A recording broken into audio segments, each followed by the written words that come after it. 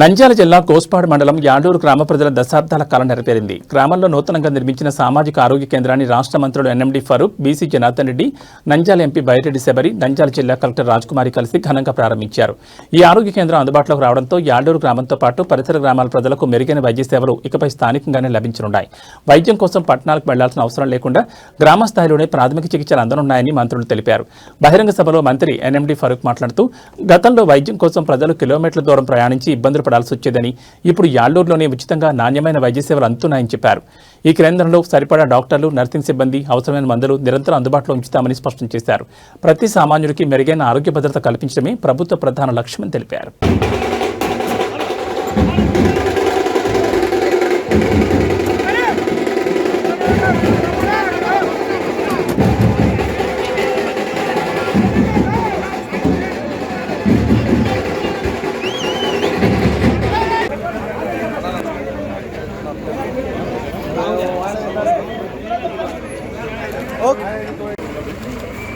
Okay sir, okay.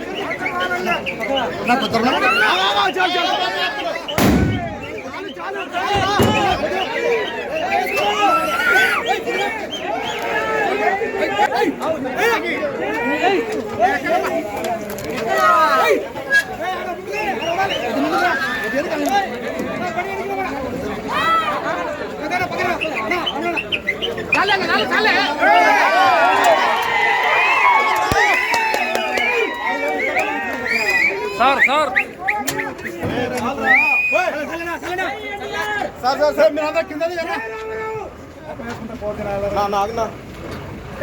దేనికి అలా sir sir sir sir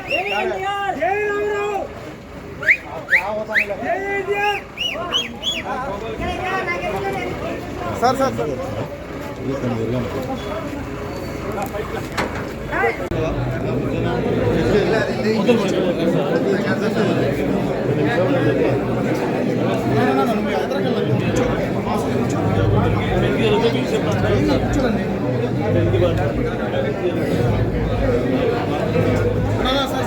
ఓకేనా?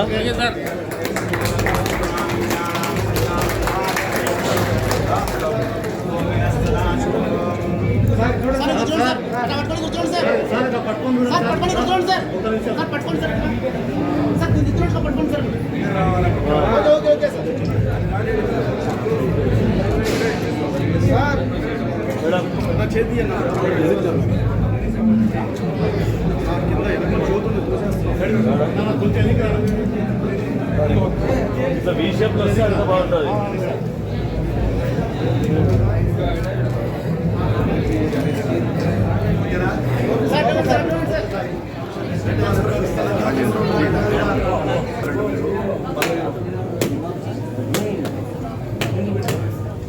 ఒకరికి ఇచ్చి ఒకరికి ఇవ్వకపోతే వాళ్ళు పెట్టేద్దాము. వచ్చేసి స్వామిగాడు ఉన్నాడు. పన్నెండు పర్సెంట్ బజార్లో పెట్టి తీసుకొని ప్రైవేట్ వద్ద కూడా పెట్టి తీసుకున్నారు. ఇప్పుడు అదేవిధంగా హాస్పిటల్ ఆధ్వర్యంలో తీసుకొచ్చారు. కృష్ణా హాస్పిటల్స్, కిమ్స్ హాస్పిటల్ చాలా పెద్ద హాస్పిటల్. ఆ హాస్పిటల్ అయినా హాస్పిటల్ మీరు తీసుకుంటాను ఆడ రక్తాలు గిప్పి కింద అని చెప్తే వాడు కమ్మూరు అంటాడు. కుటుంబతో సంబంధం ఉందా? అతను అక్కడ ఆ గ్రామంలో వాళ్ళు వైకాపోడే. నేను నెల్లూరు ఇచ్చాను, నాకు తెలుసు కదా. కిమ్స్ హాస్పిటల్ అయినా వాళ్ళకి సంబంధించిన ఆయన ఆ కులం మీద మనకు అవసరం లేదు. అక్కడ వర్గము నేను 4 గ్రామంలో పైన మా జనార్దన్ రెడ్డి చేసి కూడా జరిగినాయి. ఆ రోజు ఆ గ్రామంలో వీళ్ళని చేర్చుకుంటానంటే వాళ్ళతో మనోడు ఒప్పుకోలేదు. అది అట్లా ఓడిపోయింది. వీళ్ళకి సంబంధం లేదు. ఆయన పార్టీ ఉండే ఆయన కులానికి ఏం సంబంధమే? పరిచయానికి రోడ్డు కులానికి సంబంధం ఉంది, హాస్పిటల్ దానికి కులానికి సంబంధం ఉంది. ప్రజల కోసం అక్కడ ప్రజలు అడిగినారు. ఇప్పుడు ఒక మోహన్బాడు వచ్చి చేస్తాం. కిమ్స్ హాస్పిటల్ చాలా పెద్ద హాస్పిటల్. కిమ్స్ హాస్పిటల్ కానీ అప్పుడు హాస్పిటల్ వాళ్ళు చేస్తే వాళ్ళ కులాలు కావచ్చు దాన్ని అప్రతిష్ట చేసేట ప్రభుత్వం ఈ రకంగా లేదు. చూస్తూ ఉన్నాను, భర్తలు చేశారు. ఏడన్న పాలన క్షీరాభిషేకం చేస్తాను ఇల్లే కానీ రక్తాభిషేకం చేసే ఏడాది లేరా? మీరే చెప్పాలా? ఆడబిడ్డలు కూడా ఉన్నారు. మేకలు నోట్లో పోసి రక్తాన్ని ఉండేస్తారు పైకి. ఎంత దానం ఉంది! అది ఎంత ప్రేమ కాదా? జీవహింస కాదా? బర్త్డే చేసుకోవద్దేటోడే లేదు, చేస్తూ క్షీరాభిషేకం చేసుకో, లేకపోతే ఇంకో మంచిగా చేసుకోవాలి. రక్తంతోనా? మళ్ళా నేను అధికారం వస్తే మీకు తోడిస్తానంటారు. అధికారం ప్రజలకు మంచి పని చేస్తారని చెప్పారు కానీ నేను మళ్ళీ అధికారంలో ఎవరుంటే వాళ్ళు పనిచేస్తారు. ముఖ్యమంత్రి చెప్తే ఆ రకంగా పనిచేస్తారు. గతంలో మేడం గారు గతంలో చేసిగా ఆ ప్రభుత్వం ఉన్నది. మన జిల్లా పరిషత్లో కలెక్టర్ అయినారు. ఆమె కలెక్టరేట్ అవుతుంది, ఎట్లయితే వాళ్ళు ఎట్లయితే ఏంటి ముఖ్యమంత్రి చేసినప్పుడు మాట్లాడుతున్నా డీసెంట్గా మాట్లాడు. మాట్లాడు ఒకసారి జనార్దన్ రెడ్డి మాట్లాడా, ఇంత డీసెంట్గా మాట్లాడినాడు. అదే మంత్రికి అవకాశం ఉంది, నేను ఏం చేస్తాను అన్నాడు 5 నిమిషాల్లో. మన దగ్గర కూడా అవకాశం ఉంటే అభివృద్ధి చేస్తాం. ఇప్పుడు మనకు వచ్చిన ఫండ్స్తో మనం ఏం చేస్తాము చేస్తున్నాం.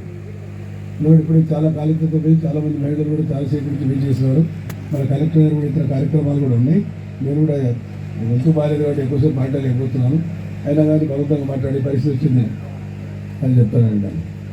నేను శాంక్షన్ చేశాను గతంలో చెప్తే నీ ఊరికి ఆ సాయం చూపించి చెప్పడానికి ఆ డబ్బులు నేను ఇస్తే ఆ గవర్నమెంట్ జీవో ఇచ్చిన తర్వాత డబ్బులు కలెక్టర్ దగ్గర ఉంటే అవన్నీ క్యాన్సిల్ చేసి నన్ను ఏం చేయమంటావు? కాదు లేదా తిరిగినాడు దాకా. ఇవాళ మీకు ఎందుకంటే మీ గ్రామ ప్రజలు వాళ్ళ సంక్షేమం చేయాల్సిన బాధ్యత ఉంది. దానికి కులం కాదు, మతం కాదు, ఎవరికందరికీ చేయాలి మనం. కాబట్టి తప్పకుండా చేస్తానని కొంచెం ఫైనాన్స్ రావాలా. ఈ బడ్జెట్లో కూడా వస్తుందని చూస్తాము, మిగులు బడ్జెట్ అని అనుకుంటున్నాం. జనార్దన్ రెడ్డి గారు కూడా 70 లక్షలు ఇచ్చాము, బిల్లు పెట్టాము. అది సీఎం ఇప్పుడు కాలపడింది.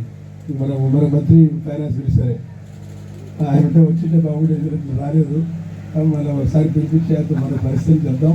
ఫైనాన్స్ మినిస్టర్ కాబట్టి మీరు ఫైనాన్స్ తొందరగా రావాలి, డబ్బు వస్తేనే ఏదైనా చేయగలుగుతాం. కాబట్టి ఈరోజు రైతు సోదరులు కూడా మీరు జాగ్రత్తగా మీరు మరి బట్టలు వేసినారు, మరి ఎక్కువ వేసేసారు. మనం వీలు కాదు అని చెప్పినాం, ఆయన వేసినారు. సరే చూద్దాం, భగవంతుడు ఉన్నాడు, నీళ్ళు ఉన్నాయి కాబట్టి ఎట్లా సర్దుబాటు చేసి మరి కార్యక్రమంలో పాల్గొంచుకునే అవకాశం కలెక్టర్ గారికి కూడా వచ్చారు. ఈ స్థలం ఇచ్చినటువంటి దాతలకు, ఎందుకంటే ఒక దాత స్థలం ఇస్తేనే ఈరోజు నిర్మించబడింది ఇది. ఆ దాతలు కూడా ఈరోజు కోట్ల రూపాయలు అయితే దాతలు ఇచ్చారో వారికి అందరికీ కూడా ఈ గ్రామ ప్రజల తరఫున అందరి తరఫున అభినందనలు, శుభాభినందనలు తెలియజేస్తా ఉన్నాం.